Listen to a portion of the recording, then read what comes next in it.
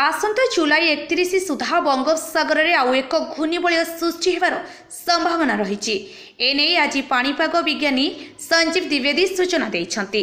तांका कहिबा कथा जे 3 दिन पर्यंत उत्तर और आभ्यंतरीण ओडिशा रे प्रबल वर्षार आशंका रही। सेहीपरि 31 रु 2 जाए छत्तीसगढ़ में प्रबल वर्षा नहीं पूर्वानुमान करा जायछि। एहा बाद आसंता 24 घंटा जाए 6 जिले में प्रबल वर्षा आशंका रही। तेणु बालेश्वर, भद्रक, मयूरभंज, केन्दुझर, सुंदरगढ़, जाजपुर पर येलो वार्निंग जारी करा जायछि। एही 6 जिले में 70 रु 110 मिमी पर्यंत वर्षा हेबार आशंका रही। 31 तारीख सकाळ 8:30 जाए 14 जिले में प्रबल वर्षा नहीं आकलन करा जायछि।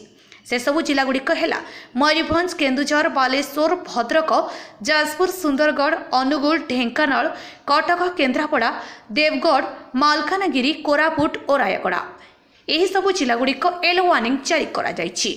एठारे 7 रु 11 सेमी जाए वर्षा होइपारे। अन्य पक्षरे मत्स्यजीवी को मध्य समुद्र मध्य कुचिबाकू बारण करा जायछि।